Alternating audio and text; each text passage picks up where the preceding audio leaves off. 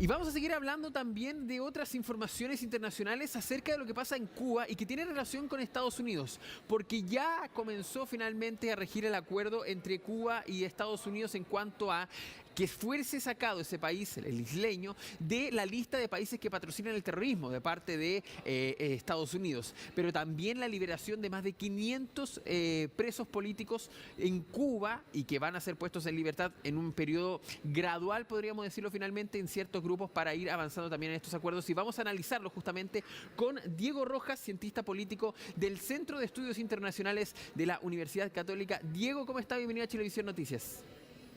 Hola, buenas tardes, ¿cómo están? Muy bien, muchas gracias por estar con nosotros. A ver, Diego, un acuerdo que, tiene otro contexto. Llega al final de la administración de Joe Biden, es decir, cualquier decisión podría ser revertida por la siguiente administración del presidente actual electo Donald Trump. ¿Qué supone finalmente este acuerdo, dado ese contexto y dado también que no había muchas relaciones entre Joe Biden y la administración en Cuba? Sí, es muy parecido a lo que hizo Barack Obama al final de su segundo periodo, donde realizó el mismo ejercicio. Retira a Cuba de esta lista y a los pocos días, donde Donald Trump asume, lo vuelve a incluir nuevamente en esta lista que elabora el Departamento de Estado. Lo más previsible es que suceda lo mismo que pasó hace unos años atrás, donde efectivamente ocurra esta situación y Donald Trump a las pocas horas o pocos días después de haber juramentado como presidente va a volver a revertir la medida. Lo más seguro es que sea así. Ahora, efectivamente eso igual tiene otras implicancias quizás en este contexto actual, a lo que podía haber pasado años anteriores, donde Cuba quizás en su economía está mucho más debilitada y golpeada que hace 10 años atrás, y principalmente mucho de esta liberación de precios y muchas de estas negociaciones que parecieran a veces ser medias como bajo perfil porque se meten en otros países, otros estados, está involucrado el Vaticano, tanto netamente relacionadas a poder también permitir que Cuba pueda hacer operaciones financieras internacionales. Recordemos que la economía cubana está bastante golpeada, sobre todo en los últimos años, y parte también de estas cosas de poder retirar a Cuba de la lista, que Cuba libere prisioneros, va mucho más direccionado, a mi juicio, a que efectivamente se puedan realizar operaciones económicas internacionales y puedan revertir mucho de su situación económica actual. Claro, y hay un tema bien importante. Ya vamos a estar hablando también del tema judicial, por ejemplo, con las demandas que se pueden hacer por territorios usurpados. Pero un tema bien importante que usted decía, lo económico, pero no solo en negocios internacionales, también, por ejemplo, en el envío de remesas. Actualmente Cuba no podía aceptar el envío de remesas y también recibir remesas desde Estados Unidos debido a que estaba considerado como un país que promociona el terrorismo. Eso lleva a que los cubanos en el continente o en territorio estadounidense no podían enviar dinero a sus familiares en Cuba. Esa situación podría llevar a que tal vez se analice con mayor detención que Cuba siga siendo un país promotor del terrorismo y se ponga en esa lista negra por parte de la administración de Donald Trump, o la verdad es que no se va a transar ese punto, ¿cree usted?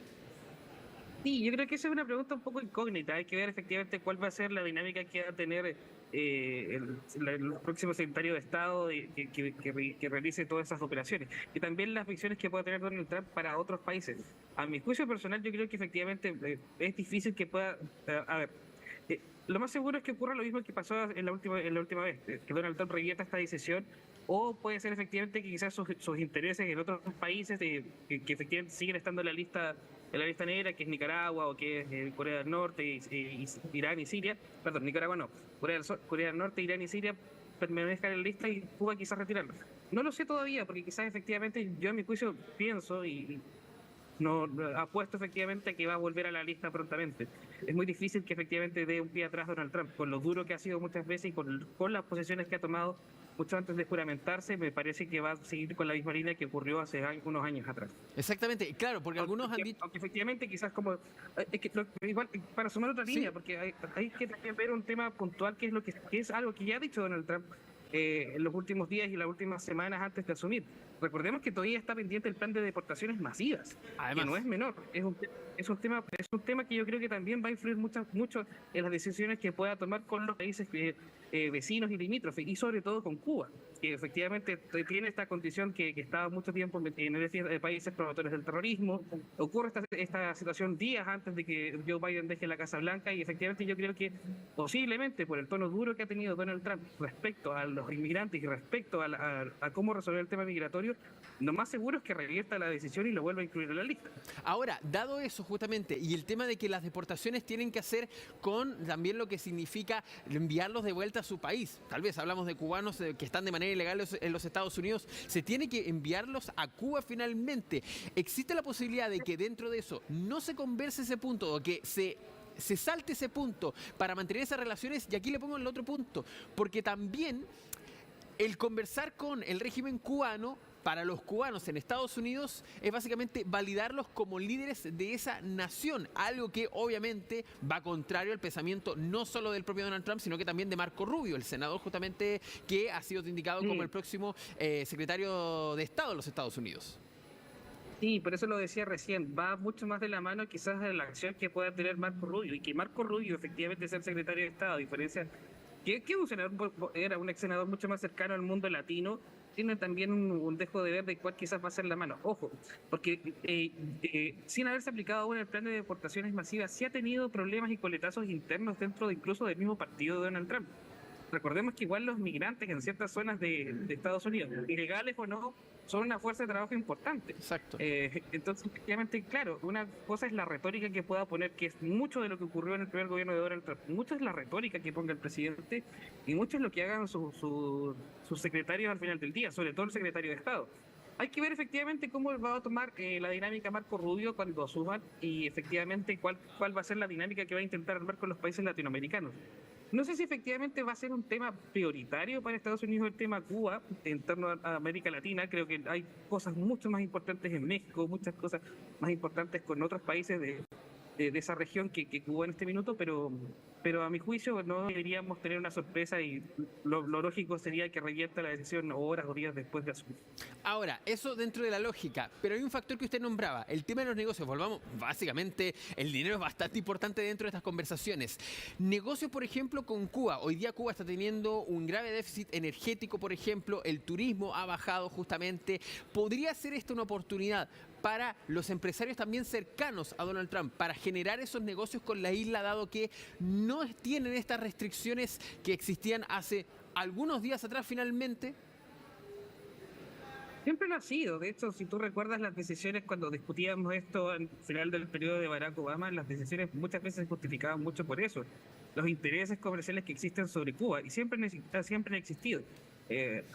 Hay mucho interés efectivamente de que efectivamente el régimen explosione y esto cambie y efectivamente la isla se pueda abrir a lo que es el comercio internacional normal, y que efectivamente existan inversiones directas y todo lo referido. Pero claro, efectivamente una cosa son los intereses y otra cosa efectivamente es la retórica que se tiene que anteponer ante eso. Que yo creo que son dos cosas muy distintas. Una cosa es efectivamente lo que tú puedas desear que ocurra y otra es cómo haces que eso ocurra. Y aquí efectivamente si uno mira cuál ha sido la lógica de Donald Trump, la retórica es todo. Si hay que ser duro muchas veces con una decisión que quizás posiblemente no es beneficiosa para mi sector, lo más seguro es que la mantengan. Yo tengo serias dudas que efectivamente esta decisión se pueda mantener en el tiempo porque a mi juicio efectivamente hoy Cuba no es un problema para Estados Unidos, no es un estatus importante para Estados Unidos como otros países latinoamericanos. Hay otros países que efectivamente tienen muchas más problemáticas, por así decirlo, con Estados Unidos, piénsense regularmente en México, que propiamente tal Cuba. Pensemos también cuáles son las situaciones que tienen hoy en día los aliados de Cuba y las situaciones que tienen los países que están mucho más alejados. Pensemos en Irán, pensemos en lo que pasó sobre todo, por ejemplo, en Siria en el último tiempo, de cómo también se ha ido desarticulando un poco esa red de ayuda internacional que tiene el régimen cubano. En ese sentido, claro, quizás presionar un poco más para que efectivamente esto implosione de una otra manera es un camino. El otro camino es lo que quizás siempre todo el mundo ha esperado, que se levanten las restricciones y esto sea un movimiento natural a un tránsito a una democracia plena, a volver a respetar los derechos humanos, a volver a abrirse al comercio internacional. Pero efectivamente la retórica en este momento pesa mucho en lo que pueda decidir Donald Trump y sobre todo, como dije al principio, no va mucho por lo que haga Donald Trump, va mucho cuál va a ser la gestión de Marco Rubio en adelante cuando asuma como secretario de Estado. Y dada esa visión que también tiene Marco Rubio, los derechos humanos, por ejemplo, la liberación de presos políticos, ¿es algo que debería importar para esa administración o es algo mucho más secundario? Usted decía que ya no es importante Cuba incluso. No, Cuba en este momento yo creo que efectivamente tiene siempre va a ser un tema relevante para Estados Unidos, pero dentro de la agenda creo que hay cosas que son mucho más abordables para la próxima administración. Y efectivamente el tema de los derechos humanos es un tema que siempre va a estar latente y es un tema que siempre va a estar presente. Recordemos que en Cuba todavía siguen encarcelados los principales líderes opositores y hay más de un millón, más un centenar y más de presos políticos, o Exactamente. un millar de presos políticos. No Sí. es menor, o sea, eso nunca va a dejar de ser un tema, independiente que no esté en la agenda por ejemplo, lo que ocurrió Pensemos, por ejemplo, en las diferencias. Cuando Barack Obama tuvo una agenda muy preocupada en su minuto, y Claro. fue una agenda más o menos particular. Donald Trump no se preocupó ni siquiera del resto de América Latina mientras estuvo en sus primeros 4 años. Entonces, efectivamente, tiene que haber muchas cosas con agenda. Hay cosas que quedan, obviamente, en la retórica de los países, pero quizás no son el tema prioritario para las administraciones. Bueno, ahí, A mi juicio, yo creo que efectivamente la administración que viene no tiene una preocupación tal por Cuba, porque efectivamente tiene otros países que son mucho más cercanos, con los cuales sí tiene que resolver temas muy sensibles en el corto plazo. bueno, ahí vamos a ver finalmente qué va a pasar el 20 de enero, si hay un papel, justamente una orden presidencial ya lista para que sea firmada y se revierta esa decisión o no. Diego Rojas, cientista político del Centro de Estudios Internacionales de la Universidad Católica, le agradecemos por este contacto en Chilevisión Noticias. No, gracias a ti, que tengan buena tarde. Que esté muy bien, cuídese. Chao, chao. Y vamos a revisar información que se dio a conocer durante la tarde.